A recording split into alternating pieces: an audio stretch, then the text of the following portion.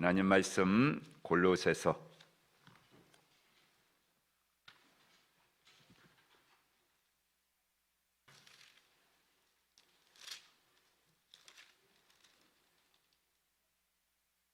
2장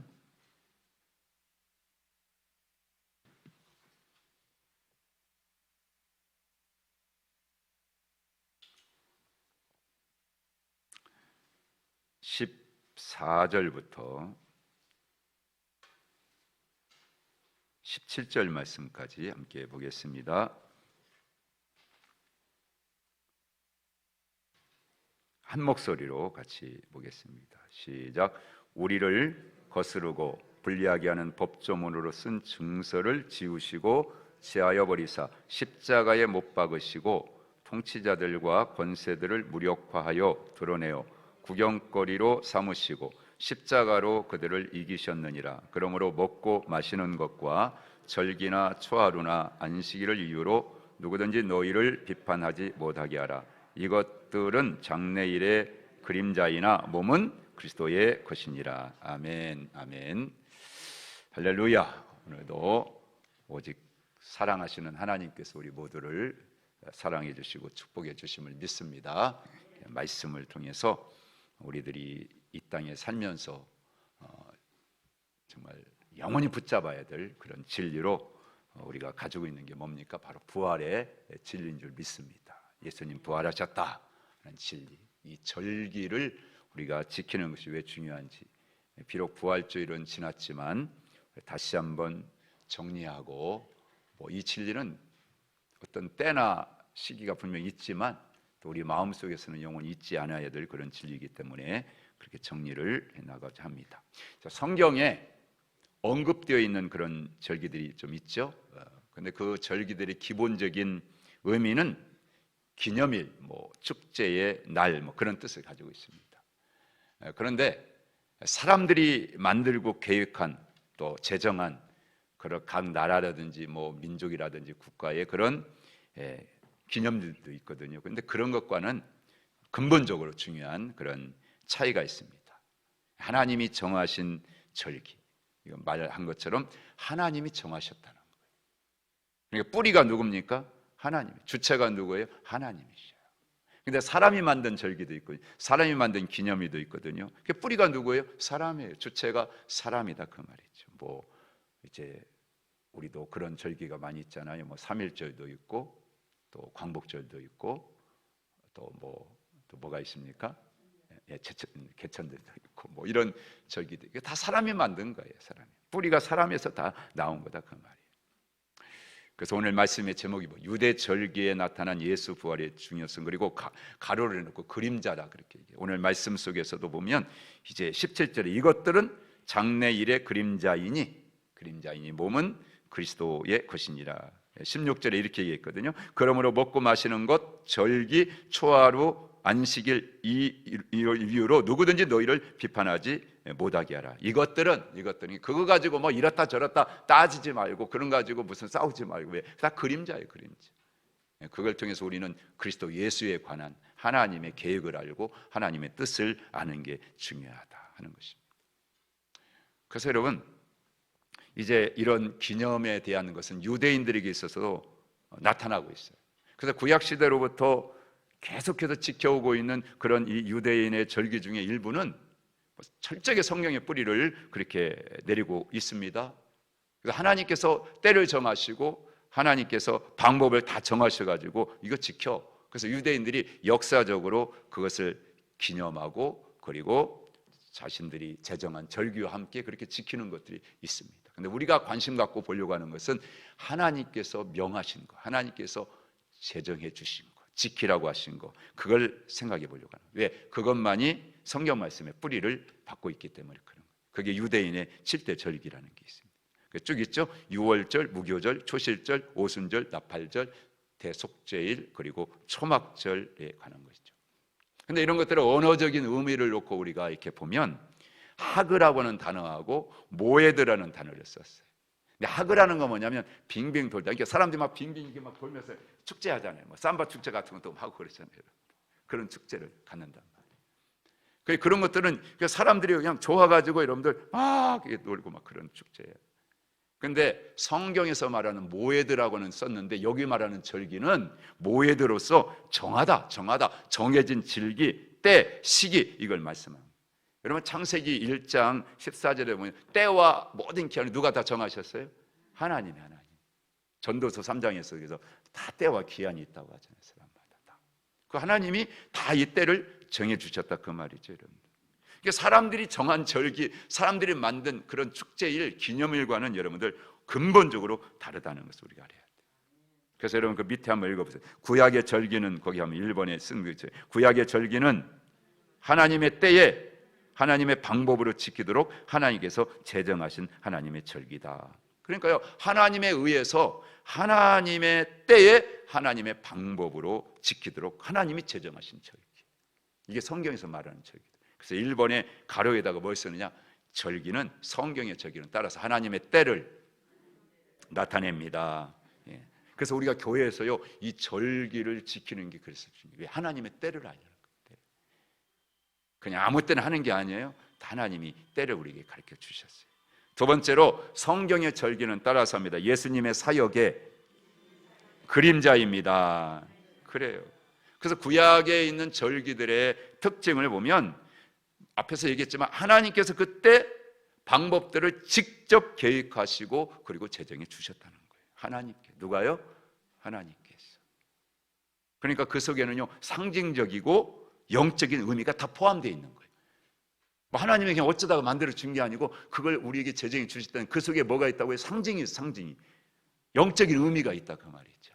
그러니까 우리가 절기를 통해서 뭘까? 하나님이 우리에게 뭘 가르치시려고 하는 거야?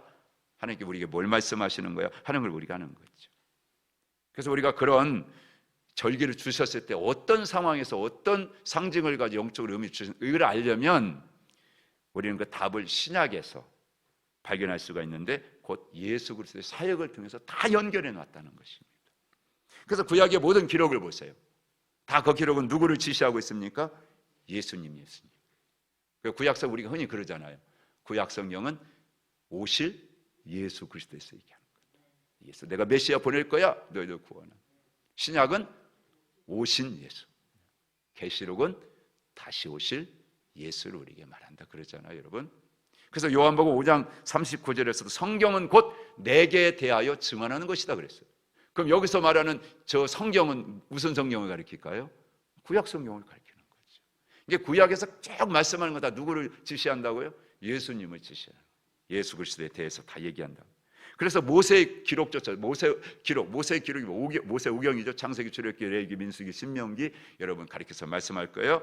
그 기록이요 다 예수님에 관한 기록이다 그 말이에요. 그래서 요한복음 5장 46절에서도 모세를 믿는데 그 모세를 믿는다고 했을 때 이 모세 뭐예요? 그 오경의 모든 말씀을 믿는다는 거예요. 그것이 다 누구를 가르쳐서 예수에 대해서 얘기한다 그런 얘기입니다. 그러니까 구약에서 모세가 주었던 모든 율법조차도 그게 다 뭡니까? 예수님을 모형으로 다 주신 거예요. 그리스도의 모형으로. 율법을 우리가 그래서 율법은요 그냥 우리가 하나님께서 인간과 어떤 언약을 맺고 끝난 게 아니라 그 율법 속에 그리스도를 계속해서 우리에게 말씀하려고 주신 거다 하는 것입니다. 그래서 이렇게 얘기했어요. 율법은 히브리서 10장 1절에도 율법은 장차 오는 좋은 일의 그림자요, 참 형상이 아니므로 이런 말씀을 쓰고 있는 겁니다. 그러니까 여러분 철저하게 다 예수님의 사역을 우리에게 절기는 말씀해 주고 있다 하는 겁니다. 그래서 구약의 모든 절기들이 이렇게 예수 그리스도에 대한 그림자. 그래서 오늘 말씀한 것처럼 본문에 한번 다시 한번 읽어보세요. 오늘 15절 17절 한번 다시 한번 읽어보겠습니다. 통치자들과 권세들을 무력화하여 드러내어 구경거리로 삼으시고 십자가로 그들을 이기셨느니라. 그러므로 먹고 마시는 것과 절기나 초하루나 안식일을 이유로 누구든지 너희를 비판하지 못하게 하라. 이것들은 장래일의 그림자이나 몸은 그리스도의 것입니다. 아멘. 그림자이고 진짜는 누구예요? 예수 그리스도. 그리스도 우리에게 말씀해 주는 거예요, 여러분.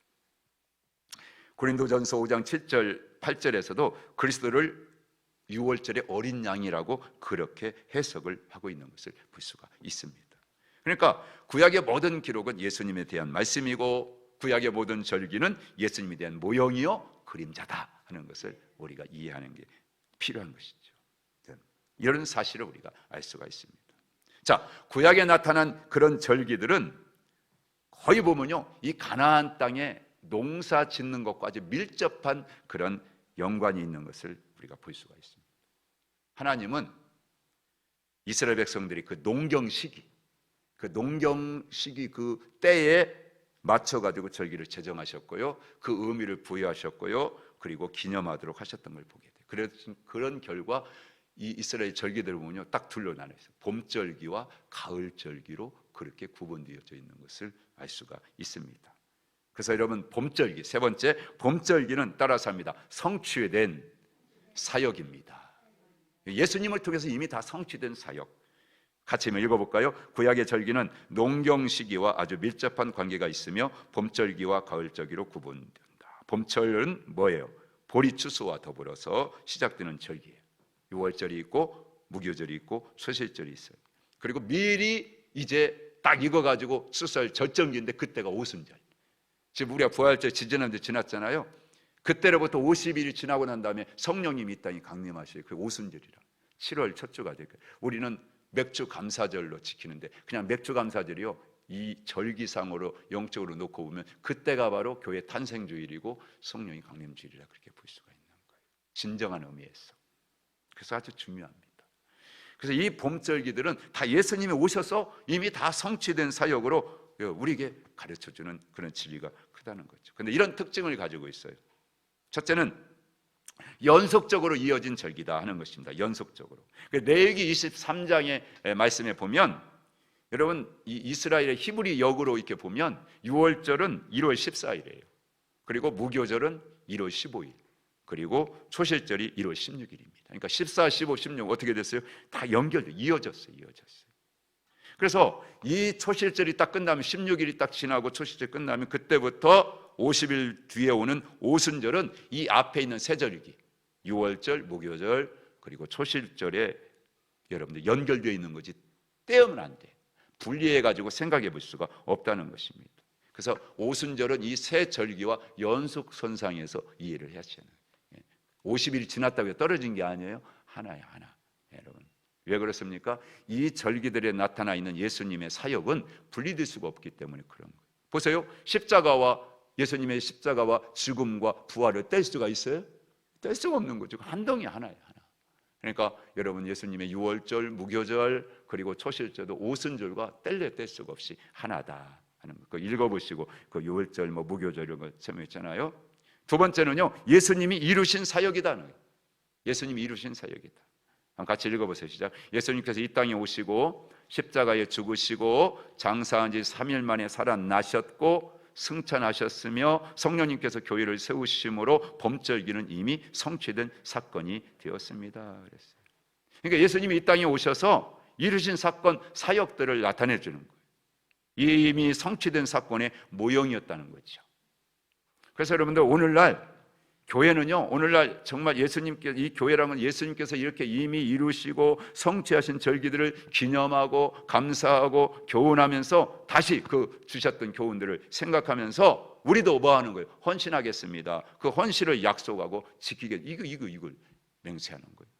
이게 절기를 그냥 형식으로 지키는 게 아닙니다. 그걸 기념하면서 다시 가슴에서 우리도 그렇게 헌신하고 살겠습니다 하고 결단하는 거예요, 여러분. 그래서 그걸 주신 거예요. 이게 교회의 생명 주기예요. 해마다 하는 거예요, 해마다. 인간이 똑같지가 않잖아요. 그러니까 2021년에 했다고 해서 끝난 게 아니에요. 2020년 또 내년에 또 하는 거예요. 교회 절기는 계속 반복되는 겁니다. 교회력이라는 게 그래서 여러분 그게 맞춰서 가는 거죠. 그 다음에 세 번째, 6월절, 여러분 이 봄절기, 이 성경의 절기는 무교병을 먹는 절기다. 그래서 이 절기 동안에 지켜야 하는 원칙들이 레위기 23장 4절부터 16절까지 출애굽기 12장이 쭉 우리에게 소개하고 있는데요. 이렇게 집안에 뭘 없애야 돼요? 누룩 없애야 돼요. 왜 그래요? 누룩이 조금이라도 있으면 너 무교절 지킨 게 아니에요. 그거 어긴 거예요. 뒤에서 또 말씀하겠습니다. 빵은요, 무슨 빵만 먹어야 돼요? 무교병 빵만, 누룩 없는 빵만 먹어야 돼요. 누룩 없는 빵. 절대 유교병, 누룩 들어가 있는 거 먹으면 안 됩니다. 그거는 먹으면 안 돼요. 출애굽기 12장 18절에 그거 먹으면 안 되는. 그리고 봄절기는요 8일 동안을 그렇게 지켜야 했고요. 첫날과 마지막에는 다 모여가지고 성회로 그렇게 지킨 걸 보게 됩니다.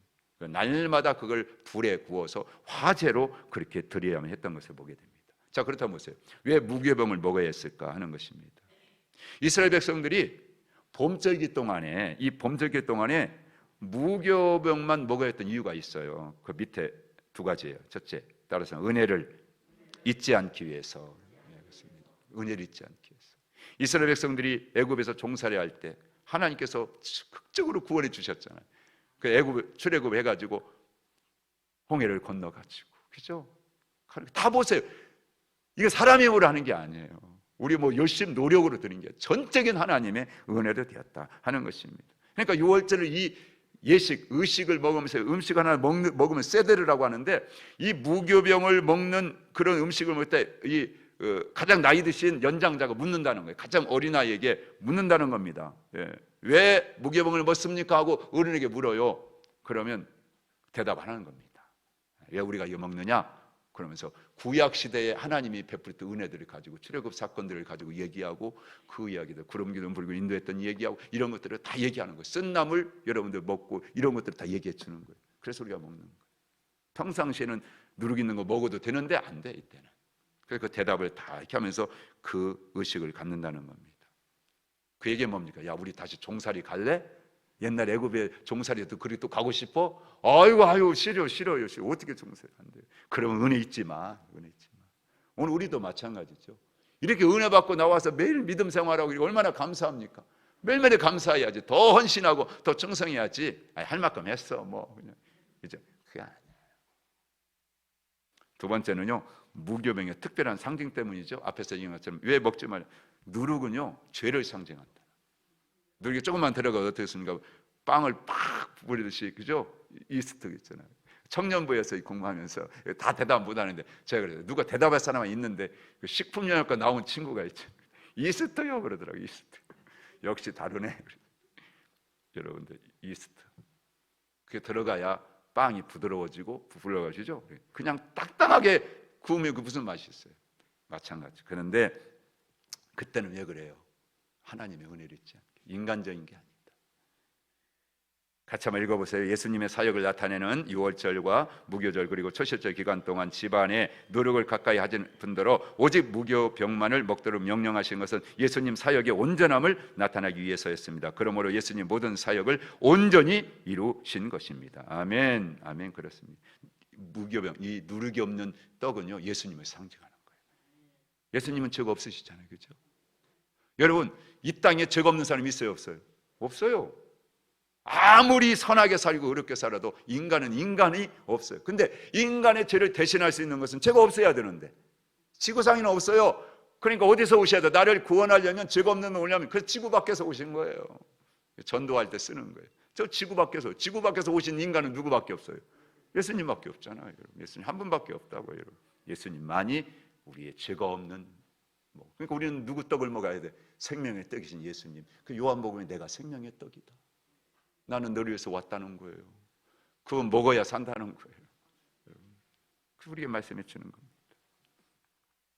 그래서 6월절에 있어서 여러분, 이렇게 구약의 절기들이 예수님을 보여주고 예수님의 사역에 대해서 가르쳐 주는 그 예수님의 모형이다.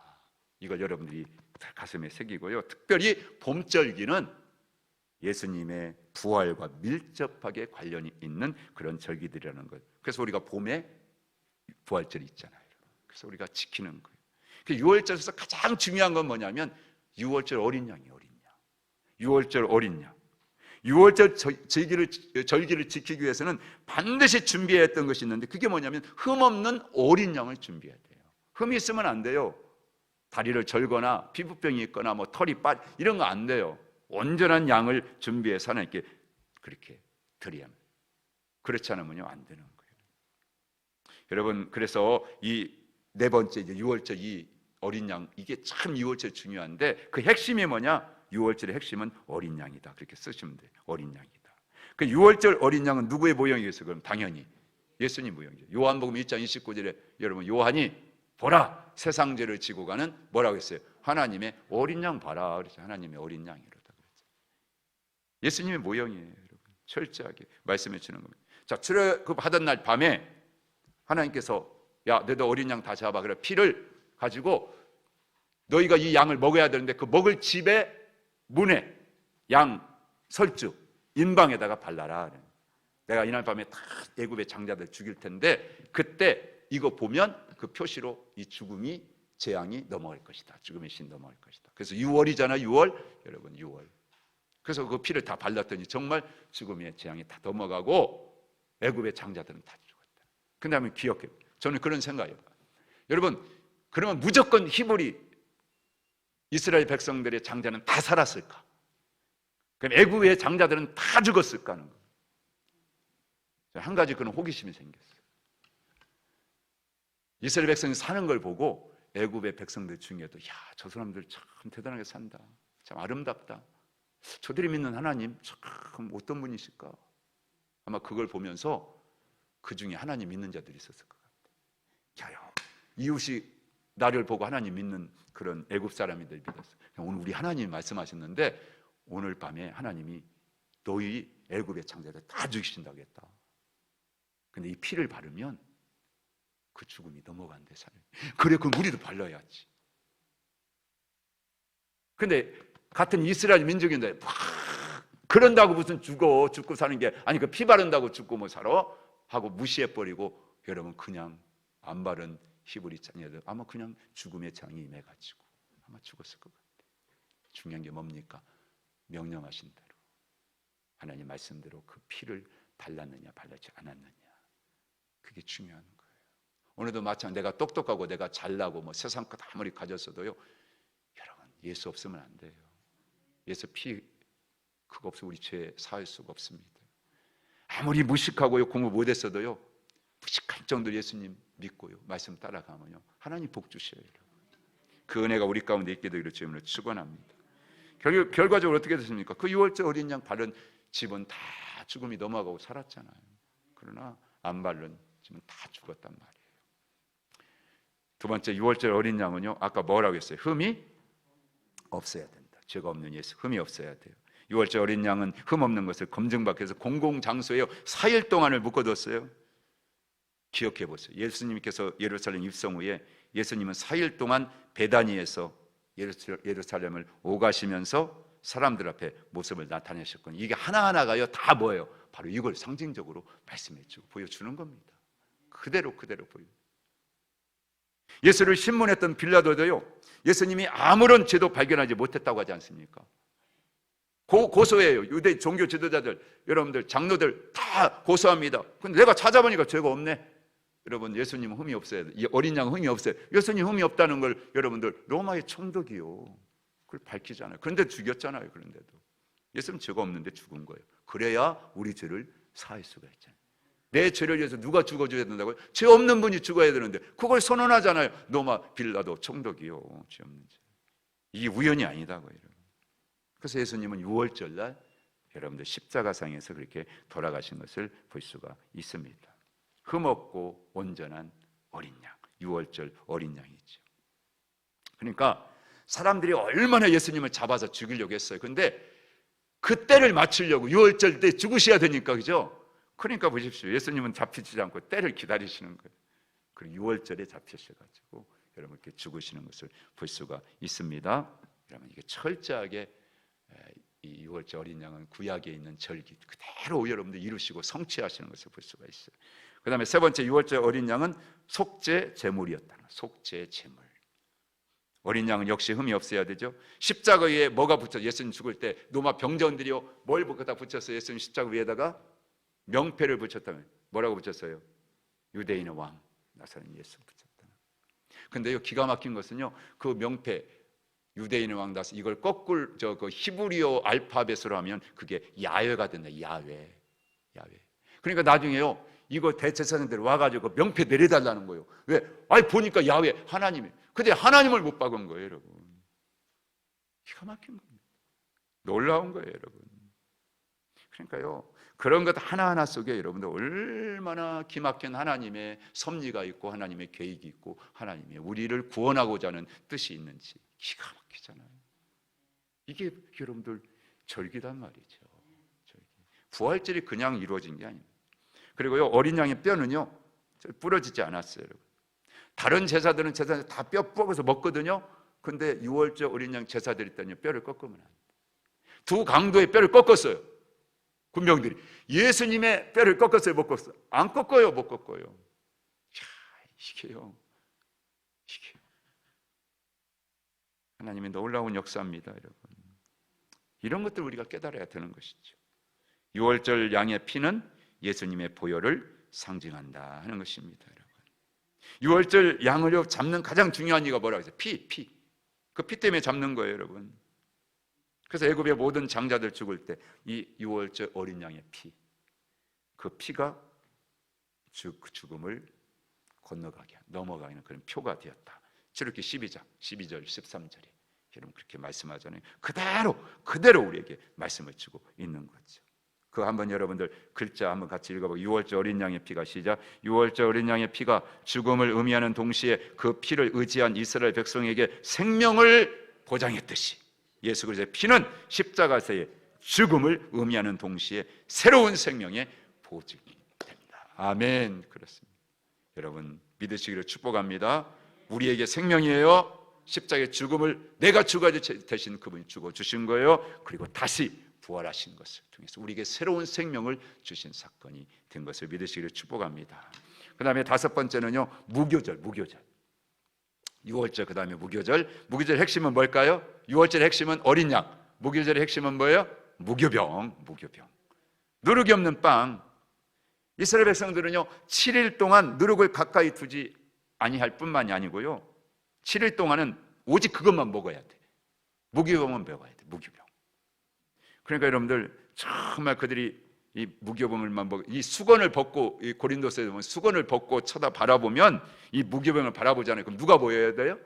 예수 그리스도가 보이는 거라. 그림자라고 했으니까, 모형이라고 했으니까 우리는 그 속에서도 예수 그리스도를 발견할 수가 있게 되는 거죠. 그래서 무교병은 예수님을 상징한다. 왜? 무교병은 성결하신 그리스도를 상징하기 때문에. 첫째, 무교병은 누룩이 없이 만들어진 빵을 의미한다. 누룩은 성경에서 악을 그렇게 상징하는 표현으로 마태복음 16장에서도 고린도서 5장 6절 9절에서도 그렇게 표현하고 있어요.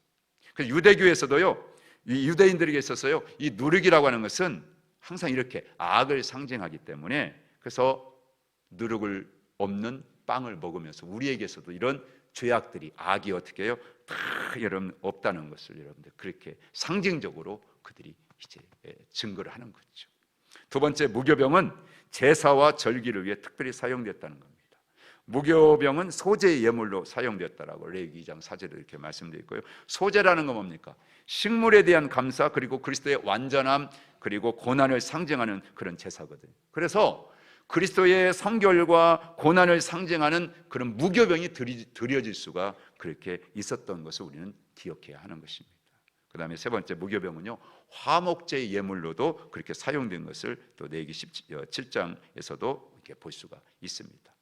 자, 화목제는 거죠. 속죄제를 드리는 백성이 우리가 하나님과 화목되었다는 것은 사실을 알고 감사합니다 하나님 하고 그 감사의 마음을 담아가지고 드렸던 거예요. 자, 하나님과 인간이 화해되는 거, 여러분 뭐가 만들었어요? 그렇게 우리를, 하나님과 우리를 화해시킨 게, 여러분 만든 게 뭡니까? 예수 그리스도의 피 아닙니까?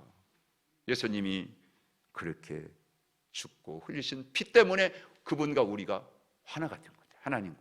그래서 오늘도 우리를 보실 때 다 죄인인데 그 피를 덮어놓고 보니까 우리를 의롭다고 여겨주시고 보시는 거예요. 받아주실 수가 있는 것입니다. 그래서 우리가 그리스도의 피로 죄사함을 받을 때만 진정으로 인간은 하나님과의 회복을 여러분들 우리가 그렇게 이룰 수가 있는 거지, 다른 어떤 방법으로도 불가능하다는 것입니다. 그래서 그리스도의 속죄 사역에 감사하면서 그런 그리스도의 성결과 고난을 상징하는 이 무교병을 가지고 화목제로 그렇게 제사를 드렸던 것을 보게 되는 것이죠. 그 다음에 네 번째, 예수님이 친히 고난당하신 자기의 몸이라고 누가복음 20장 19절에 말씀했어요. 자, 유월절 날 무교병을 드시면서 여러분 친히 내가 너희들 위해서 고난당한 이 몸이라고 당신을 그렇게 소개하는 것을 볼 수가 있습니다.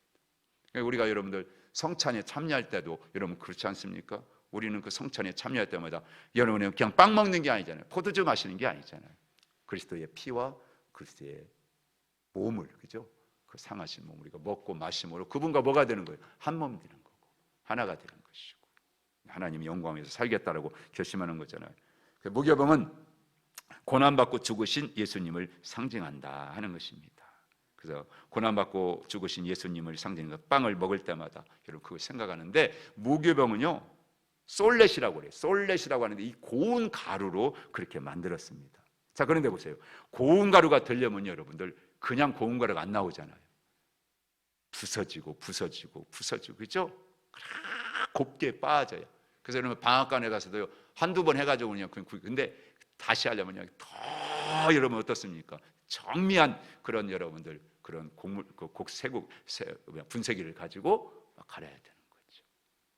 그래서 여러분들 그 순서를 보면 이 밀가루에도 이 유대인들 두 종류가 있다고 그래요. 나달과 그리고 껍질을 함께 갈아 만드는 그런 것도 있는데, 그건 여기서 말하는 게 아니고 이건 다 그걸 구별해 가지고 또 가루 중에서도 다시 한번 솔렛 여러분 7번을 한다고 그래요. 7번을 그 순서 이게 보면 유대인들 그 고운 가루를 만들기 위해서 그 이 시간에 다 할 수는 없으니까 7번을 걸른다는 거예요. 그래서 바짝 말려가지고 그 가운데 확 손으로 비벼가지고 그래서 껍질을 부드럽게 만든 다음에 그 다음에 다시 한번 넣어서 껍질과 그 다음에 알갱이를 분리하고 또 알갱이를 가지고 다시 갈고 그런 순서를 해가지고 7번을 해야 고운 가루 솔렛이 나온다고 하는 것이에요. 그걸 기름과 섞어가지고 그 다음에 뭡니까? 이 떡을 만드는 거거든요. 오늘 우리도 마찬가지. 하나님 앞에 쓰여지는 참된 재물 들기 위해서는 우리가 얼마나 갈아져야 됩니까? 우리 안에 욕심, 우리 안에 있는 정욕, 우리 안에 수많은 내 생각들이요 이게 또 부서지고 또 부서지고 가루가 되어가지고 완전히 그죠? 그래야만 주님 앞에 온전하게 쓰임 받을 수 있는 그런 믿음의 재물이 될 수가 있는 것 여러분이 믿으시기를 축복합니다. 두 번째는요, 무교병은 특별한 모양을 가지고 있다는 것입니다. 칼라, 다치다, 뚫고 다가다 그런 뜻이 있고, 또 하나는 맞자라고 하는 그런 게 이게 누룩을 넣지 않고 만든 그런 빵. 여기서 말씀하는 거죠. 무교병은 그래서 나를 대신해서 고난 받으신 그런 예수님의 모습이라는 것을 다시 한번 또 우리에게 설명해 주고요. 무교병은 생명 대신 그리스도를 상징. 아까 얘기했어요. 그래서 하늘에 내리신 참떡. 요한복음 6장 30에 있는 것처럼 나는 하늘로부터 온 떡이다, 생명의 떡이다. 그래서 무교병은 철저하게 생명의 떡으로 오신 그리스도를 상징한다 하는 것입니다. 그 다음에 두 번째로 무교병은 성결한 삶을 요구한다. 반복해서 말씀드려요. 유대인들은 누룩을 부정과 악을 상징하는 것으로 생각했다는 것이죠. 그러니까 철저하게 누룩을 제거하고 여러분 또 그것들을 가까이 해서도 안 되고 7일 동안은 오직 그거 없는 무교병이 들어가지 않는 그런 음식만 떡만 먹어야 했다는 것입니다. 성경은요 이렇게 우리의 삶이 깨끗한 삶, 성결한 삶, 누룩이 없는 그런 삶을 살라고 구별된 삶이죠. 계속해서 가르치잖아요. 계속 구약에서도 그렇고 예수님도 그렇고 사도 바울도 그렇고 서신서에서 보면 끊임없이 우리에게 가르치는 게 뭡니까? 성결한 삶을. 구별된 성도란 뜻이 뭐예요? 구별됐다는 거 아닙니까? 매일 우리는 그 의식하고 나는 성도야서 아침에 일어날 때마다 이러면 나는 성도다, 하나님의 백성이야. 이거 잊으면 안 되는 거죠. 그걸 늘 생각하고 살아야 돼요. 어디 가든지 그 여러분 신분을 놓치면 안 돼요. 거룩한 제사장, 왕 같은 제사장, 거룩한 백성, 하나님의 소유된 백성. 그죠? 그렇게 살아야 돼요. 우리 그렇게 살아야 돼요. 또 하나는요, 고난 당하기를 원하신다. 고난 감당하기를 원하신다. 쓴 나물도 먹고, 그렇죠, 여러분들? 우리가 무교병도 먹고 함께 그런 먹어가면서 그런 고난도 내가 쓰게 달게 받겠습니다. 그런 결단이 우리 안에 있는 거죠. 제일 밑에 한번 읽어볼까요? 시작. 무교병과 쓴 나물을 먹는 일은 쉬운 일이 아니다. 이것은 고난을 감당해내라는 성도들을 향한 하나님의 요구다. 아멘. 그래서 베드로전서 1장 7절 1절 우리에게 닥쳐오는 어떠한 쓴 나물도 여러분들 다 찾고 어떻게 해요? 먹을 수 있는 거. 그래서 이렇게 한번 읽어볼까요? 너의 믿음의 확실함은 불로 연단하여도 없어질 금보다 더 귀하여 예수 그리스도께서 나타나실 때에 뭐라고 했어요? 칭찬과 영광과 존귀를 얻게 할 것이니라. 할렐루야. 그렇습니다. 그래서 여러분들 불로 연단할지라도 없어지지 않냐 그런 놀라운 하나님 앞에 존귀와 영광을 얻기 위해서 고난 감당할 각오를 하고 여러분들 승리하시기를 좀 축원합니다. 마지막으로 초실절. 여러분 6월절과 무교절의 이 무교절을 의미 있는 절기로 만드는 데 있어서 이 초실절입니다. 초실절. 이 초실절이 없으면 앞에 있는 것들은 그냥 별로 큰 의미가 없이 끝나버리고 말아요. 그래서 우리들에게 무한한 소망을 주는 것은 여러분 이 초실절이 가져다는 의미 때문에 그런 거예요. 바로 예수님의 부활이 있기 때문에 우리가 여러분들 죽는 것도, 고난당하는 것도, 죽는 것도 의미가 있는 것이고 괜찮은 것이고 소망이 있는 것이다. 자, 초실절은 따라서 합니다. 첫 열매입니다. 초실절의 핵심은 첫 열매.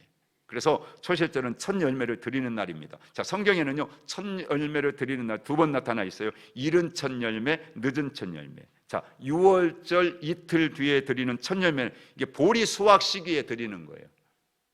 근데 또 하나가 뭐냐면 늦은 첫 열매에서 아까 50일 지난 다음에 오순절 날에 드리는 그건 첫 열매가 있습니다. 이건 밀 수확기에 밀을 드리는 겁니다.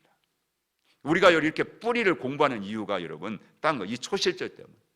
이른 첫 열매를 드리는 절기, 초실절에 대한 하나님의 명령을 우리가 여러분들 오늘 같이 공부하는 이유는 더 큰 부활절을 우리가 같이 여러분들 가슴에 새기려고 하는 거예요.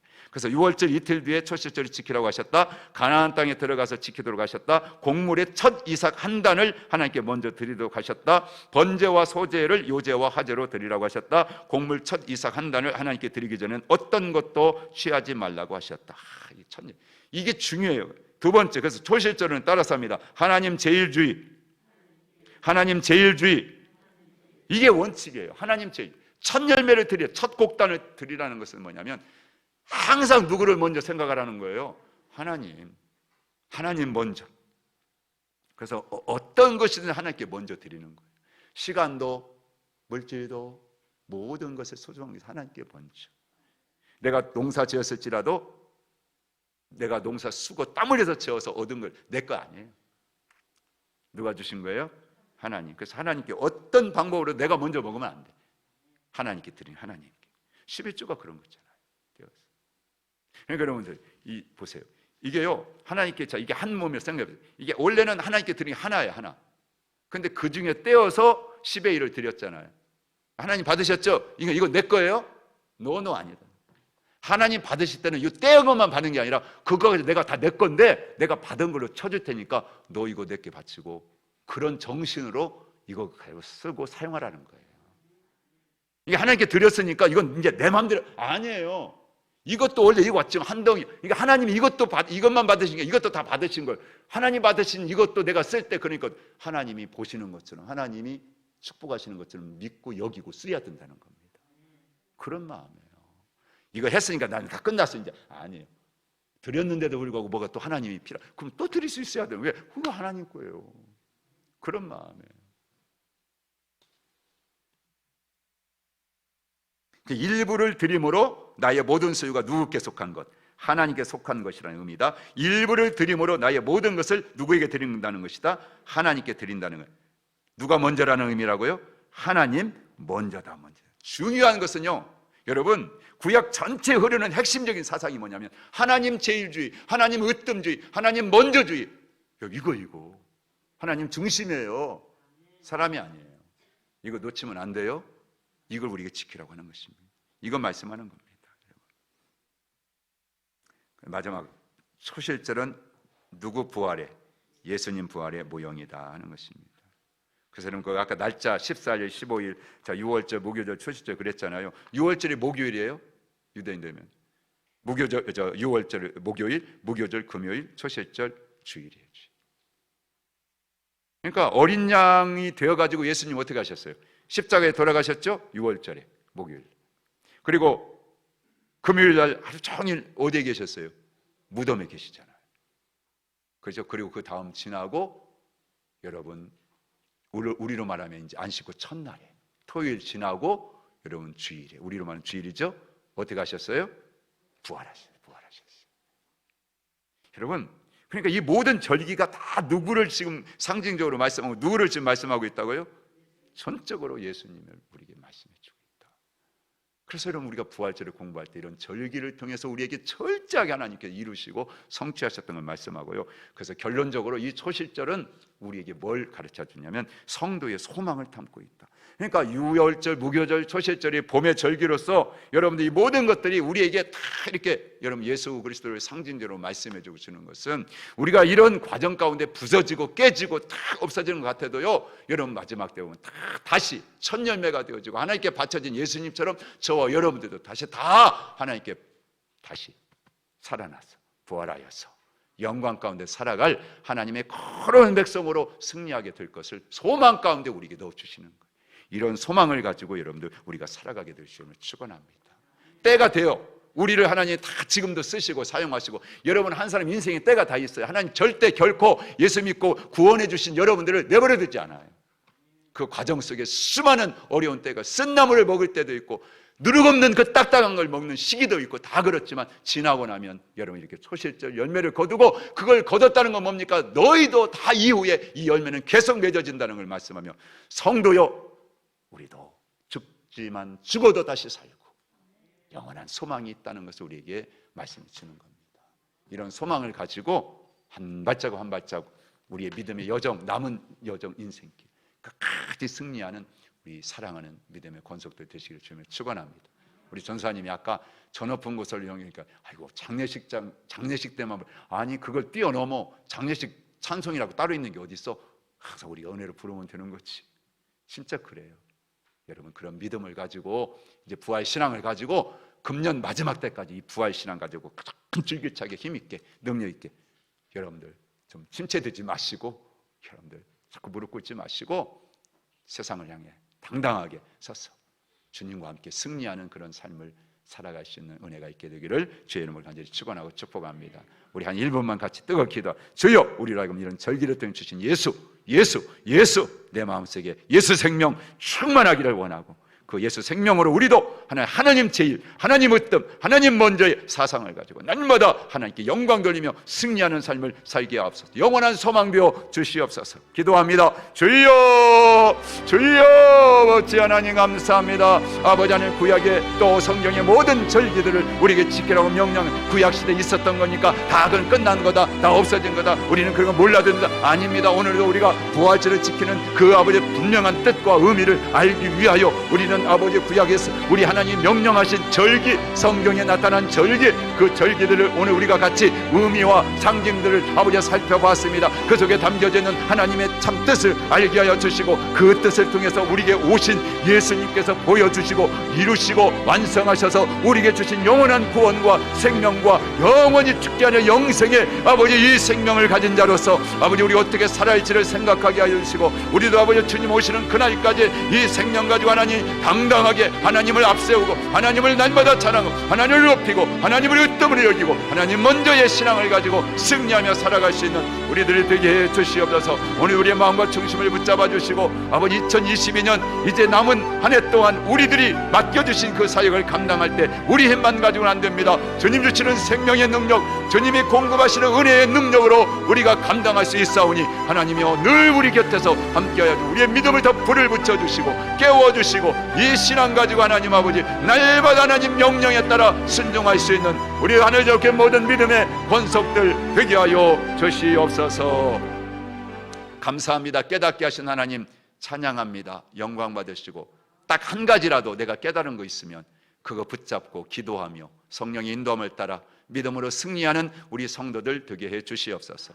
우리 영원한 소망 되신 예수님이 생명으로 우리 안에 계십니다. 우리 교회를 붙들고 계십니다. 그러면 이 한 해 남은 시간 우리는 승리할 것입니다.